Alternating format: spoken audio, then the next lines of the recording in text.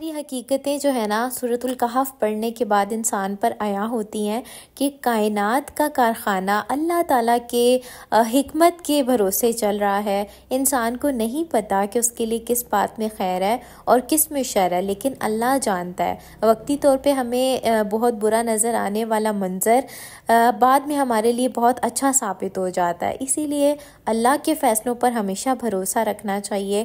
جب اللہ پر معاملہ چھوڑ دیا ہے تو پھر مطمئن ہو جائے نا. جیسے کہ آپ گاڑی پہ بیٹھتے ہیں تو آپ کو ڈرائیور پر بھروسہ ہوتا ہے کہ وہ آپ کو آپ کی منزل مقصود تک پہنچا دے گا. اسی طرح آپ کی زندگی کا ڈرائیور جو ہے، یعنی آپ کی زندگی کو جو ڈیل کرنے والا ہے، وہ اللہ رب العزت ہے. تو اس پر جب بھروسہ کر لیا ہے نا تو پھر اس کے بعد پریشان نہ ہو، اپنے آپ کو اللہ کے سپورٹ کر دیں.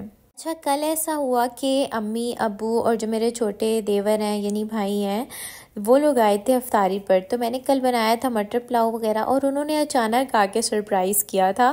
تو میں بلکہ امی کو کہہ بھی رہی تھی آپ لوگ مجھے بتا دیتے تو میں کچھ اچھا بنا لیتی. تو امی کی ویسے عادت یہ ہے نا کہ امی کو زیادہ چیزیں پسند بھی نہیں ہے، وہ کہتی ہے بس تھوڑی سی چیز ہو. بلکہ عدنان کی بھی یہی عادت ہے، وہ بھی ورائٹیز نہیں پسند کرتے، بس ایک چیز ہو اچھی ہو. تو امی کہنے لگی کہ نہیں، بس مجھے پتا تھا نا کہ تم نے کچھ زیادہ ہی کر دینا، اس لیے میں نے پھر بتایا نہیں. خیر اسی ٹائم پہ مٹر پلاؤ بنا ہوا تھا اور ساتھ میں پکوڑے وغیرہ بنائے تھے. تو اچھا جو ہے نا وہ سسٹم ہو گیا تھا افطار وغیرہ کا. پھر چائے شائے پی کے امی لوگ تو چلے گئے. تو امی عدنان کے لیے مٹر آلو بنا کر لائیں تھی اور میں نے بنایا تھا مٹر پلاؤ. تو دونوں ہی چیزیں جو ہے نا بچ گئی تھیں. تو میں نے کہا کہ اس کو جو ہے نا میں کل یوٹیلائز کر لوں گی. تو یہاں پر جو ہے نا آج میرے پاس دونوں چیزیں موجود تھیں، عدنان کے لیے مٹر آلو اور اپنے لیے مٹر پلاؤ. تو اسی لیے میں آج تھوڑی ٹینشن فری تھی، عبادت بھی اچھے طریقے سے ہو گئی. بس یہ تھا کہ پکوڑے بنانے تھے، فروٹ کاٹنا تھا اور جوس وغیرہ بنانا تھا، وہ کام میں ساتھ ساتھ کر رہی تھی. اچھا، مجھے نا رزق کے ضائع ہونے سے بہت ڈر لگتا ہے، کیونکہ اللہ تعالیٰ اس بات پہ سخت ناراض ہوتے ہیں نا. تو میری کوشش یہی ہوتی ہے کہ میں نا ہر چیز کو ختم کروں، مطلب ضائع نہ ہونے دوں. تو عدنان کی بھی ماشاءاللہ یہی عادت ہے، وہ بھی ایک دن کا کھانا اگلے دن کھا لیتے ہیں. بہت سارے ہوتے ہیں نا، مطلب لوگ نہیں کھاتے ایک دن کا کھانا اگلے دن، لیکن ماشاءاللہ سے یہ ہے کہ میرے ہسبینڈ مجھے اس معاملے میں تنگ نہیں کرتے. وہ خود یہی چاہتے ہیں کہ رزق جو ہے وہ ضائع نہ ہو. تو بس رمضان میں ایک تو یہ ہے کہ وہ کھاتے بھی روٹی ہی ہیں، تو اسی لیے جو ہے باقی چیزیں ہم لوگ اتنی بناتے بھی نہیں ہیں. اچھا، لوگ بہت زیادہ رولز اور پکوڑے، سموسے اور طرح طرح کی ورائٹیز افطار میں رکھ لیتے ہیں نا. تو میرے خیال میں جتنا آپ کا افطار سادہ ہوگا نا اتنا ہی اچھا ہوگا، کیونکہ بعد میں پھر تراویح بھی پڑھنی ہوتی ہے. تو اگر آپ اپنے آپ کو اتنا اوور لوڈ کر لو گے تو آپ پھر آگے تراویح کیسے پڑھ لو گے؟ جیسے کہ طالوت کی قوم کا آتا ہے نا کہ جب انہوں نے پانی زیادہ پی لیا تھا تو اس کے بعد وہ جنگ کے قابل ہی نہیں رہے تھے. تو اسی طرح ہم اپنے معدے کو اتنا اوور لوڈ کر لیتے ہیں کہ اس کے بعد پھر نا جب تراویح پڑھنے کا ٹائم آتا ہے تو پھر ہمت ٹھوس ہوئی ہوتی ہے. افطار سے تھوڑی دیر پہلے میں یہ لائٹس وغیرہ آن کر دیتی ہوں اور اس سے نا بڑا اچھا سا ایک ماحول لگنا شروع ہو جاتا ہے. تو میں تو چونکہ چاول بہت شوق سے کھاتی ہوں، لیکن عدنان کے لیے میں روٹی بناتی ہوں اور بالکل اینڈ ٹائم پہ بناتی ہوں، کیونکہ ان کو ٹھنڈا کھانا بالکل پسند نہیں ہے. تو اسی لیے اینڈ پہ ان کے لیے روٹی بنائی تھی، ساتھ ساتھ درود شریف کثرت سے پڑھ رہی تھی. اور آج تو جمعہ کا دن ہے اور جمعہ کے دن کے بارے میں روایت میں آتا ہے کہ جمعہ کے دن میں ایک ایسی گھڑی بھی ہوتی ہے کہ جس میں اللہ تعالیٰ جو ہے انسان جو بھی دعا مانگتا ہے اللہ تعالیٰ اسے ضرور قبول کرتا ہے. تو وہ گھڑی اب غالباً عصر کے بعد اور مغرب سے پہلے کی ہوتی ہے. تو ساتھ ساتھ میں کوشش کر رہی تھی کہ دعاؤں کا بھی اہتمام رکھوں.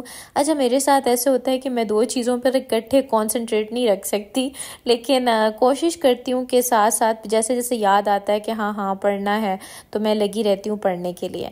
اچھا، انسان کو اکثر کاموں کے دوران تھکاوٹ بھی ہو جاتی، جیسے کہ مجھے افطار کے بعد بہت زیادہ تھکاوٹ ہو جاتی ہے کیونکہ کچن پورا کلین کرنا ہوتا ہے اور افطار کے بعد بالکل ہمت نہیں ہوتی. تو میری کوشش ہوتی ہے کہ میں تسبیح فاطمہ کا اہتمام کروں، جو کہ اللہ کے نبی صلی اللہ علیہ وآلہ وسلم نے حضرت فاطمہ کو کہا تھا کہ تمہیں میں غلام سے بہتر ایک چیز نہ بتا دوں. جب وہ غلام کا مطالبہ کرنے کے لیے گئی تھی نا، تو انہوں نے اس ٹائم پہ بھی اپنی بیٹی کے لیے نا آخرت کا ہی معاملہ چنا، دنیا نہیں لینے دی۔ سبحان اللہ، الحمدللہ، اللہ اکبر، یہ تسبیح فاطمہ کہلاتی ہے۔ تو کام کے وقت ان کا ورد رکھنا انسان کے ذہن کو بھی سکون دیتا ہے اور کام کرنے میں ہمت بھی دیتا ہے۔ تو بس میں کوشش تو یہی کرتی ہوں کہ کام کے دوران میں بھی اس کا اہتمام رکھوں۔ روایت میں آتا ہے کہ روزے دار کے لیے 2 خوشیاں ہیں، ایک وہ جب افطار کرتا ہے اس ٹائم، اور دوسرا جب وہ رات کو اللہ کے حضور قیام کرتا ہے۔ افطار کے وقت بہت ایک انسان کو نا جلدی ہوتی ہے کھانا کھانے کی، لیکن اللہ تعالیٰ کا وعدہ ہے کہ اس ٹائم پہ انسان جو بھی دعا کرتا ہے اللہ تعالیٰ اس کو رد نہیں کرتا۔ تو یہ بھی ایک آزمائش ہی ہوتی ہے۔ آج مجھے اتنی بھوک لگی ہوئی تھی نا کہ صحیح معنوں میں مجھے روزے کا احساس ہو رہا تھا، اور میں عدنان سے کہہ رہی تھی جب میں نے کھانا کھانا شروع کیا نا، تو میں ساتھ کہہ رہی کہ اللہ کا شکر ہے اللہ پاک نے افطار بھی بنایا ہے۔ افطار کے بعد عدنان جم چلے گئے اور میں نے اپنے لیے بنائی گرما گرم چائے، اور سوچا ساتھ آپ کو کچھ سوٹس دکھاتی ہوں جو امی کل لے کے آئی تھی میرے لیے۔ اچھا، یہ ایک سوٹ تھا، یہ لون کا سوٹ ہے بیسیکلی، اور نارمل رمضان میں پہننے کے لیے میں نے بنوایا تھا کیونکہ موسم اب کافی گرم ہو گیا ہے۔ تو رمضان میں چونکہ جمعہ کے دن دل کرتا ہے انسان کا کہ وہ ایک نیا سوٹ پہنے، تو اسی لیے میں نے کہا چلو ایک جمعہ کر کے نا پہن لوں گی۔ تو بنا ہوا اچھا تھا ماشاءاللہ، کلر بھی اچھا تھا، ٹھنڈا ٹھنڈا۔ دوسرا جو ہے نا یہ وائٹ والا، یہ 2 پیس ہے۔ اچھا، مجھے وائٹ کلر پہننا بہت پسند ہے، اور جب سے مجھے پتہ چلا ہے کہ نبی پاک کا یہ فیوریٹ کلر تھا تو مجھے اور بھی زیادہ اچھا لگتا ہے، اور اس کلر کو پہن کے آپ بہت زیادہ فریش فیل کرتے ہو اور آپ کو بہت نورانی والی وائبس آتی ہے نا۔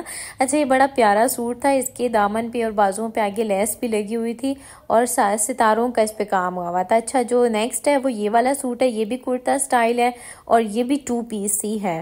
تو اس کا کلر تھوڑا سا ڈارک یہاں پہ لگ رہا ہے، ویسے یہ ہے تھوڑا سا لائٹ کلر ہے، اور اس کے دامن پہ بھی ایسے جو ہے وہ کام ہوا تھا، اور یہ بھی بہت پیارا سوٹ تھا۔ تو ویڈیو کو مسٹ لائک کیجیے گا۔ اللہ حافظ۔